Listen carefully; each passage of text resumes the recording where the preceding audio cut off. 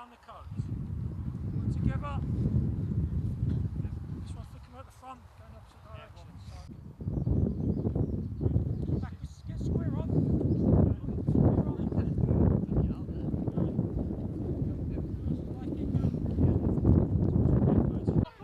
Just out here, Noah. Just out here. Tell Jake to come across.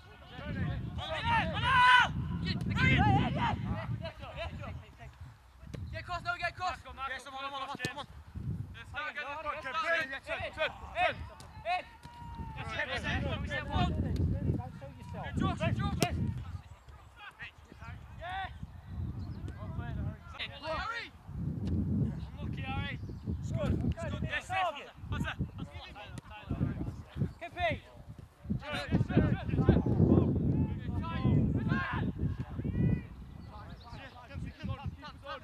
Yes, it's a big game.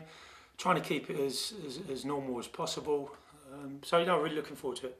Do you feel that excitement with the lads that you've got as well, with it being the FA Cup?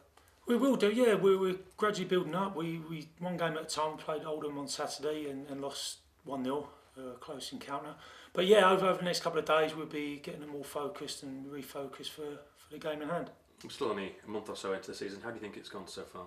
Doing really well, really good signs of progression for our. We've got a small squad this season, so we've drafted in 2 or 3 under-16s into the squad, and they've cut really well. So it's been really good. And a bit of a derby as well against a club that have got some former York City favourites there as well. Yeah, I think they'd be out to prove a point or whatever, but we just got to concentrate on what we've got to do, and we train every day. We're young professional footballers, so are constant reminders of that. How many do you see trying to go forward? If you look at a long-term plan, you start at the beginning of the year. What's the plan of progression for your kids? How many do you expect to try and make the step up? What would you see as success? I don't know if you can put a percentage on or an actual figure or number, because everyone develops at certain times. At the moment, Ryan Edmondson's doing really well. He's had in with the first team pre-season. Aaron Aswell's been on the bench. But we've got a fair few I'd like to see really progress, like Big Ryan as well, the goalkeeper, just signed a pro contract. So there's at least 3 or 4 at this present time who I think could, and hopefully there'll be more to develop over the period of time. And when you're scouting players, how hard is it with the competition around, shall we say, from bigger clubs? Yeah, it's difficult. We've got a good schoolboy programme, and we've got some excellent coaches in the academy, from under 9s and even under 8s now to all the way up to under 16s. So some excellent coaches, some excellent experience in there, and we try and recruit locally because that's what we can afford. That's where we are at the moment, and I think no better feeling getting a local player into the first team.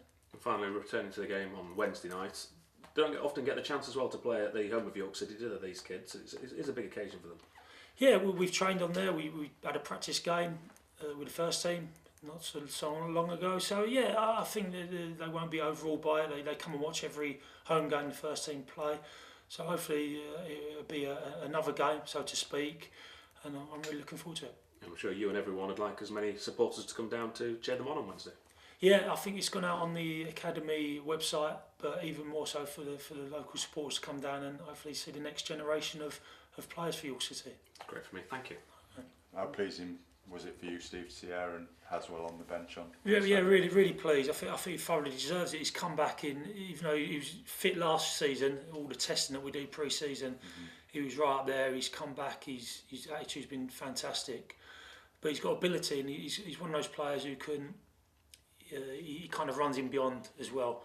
So as a modern footballer, coming showing to feet and give it to my feet. Don't really like the leg work in beyond, but he's so keen and energetic to go and do that, and it's a major strength, and there's not many of them around. Yeah, could fit in well with the 4-3-3 system, and the manager was just talking about how he could play as one of the advanced midfielders or out wide.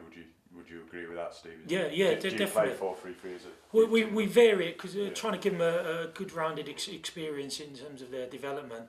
But we have been playing a 3, kind of mirroring the first team. I've changed it recently to a 4-3-3. So yeah, he has got that one. So if you play with a single striker, he can go and beyond and work the sides and channels as well, and it gives you that width with your So it would be like maybe a 4-4-2 advanced, wingers more advanced, but they're staying out wide. But you've always got that penetration through the middle with someone like Aaron. So it gives you maybe another option. Yeah, I know Andy McMillan's obviously at Tadcaster, and he spoke about the local pride that'll be at stake in this game. Do you feel that's an element that wouldn't have been there if you were playing another side? Yeah, I'm not making a big deal of it really. I see it as another game, like I just said to Dave. It's just go and play, go and perform. It's about progression in terms of getting through to next stages. You know, so it's about winning this game and progressing in this competition as far as you can. If we can play well and play football and pass the ball, great.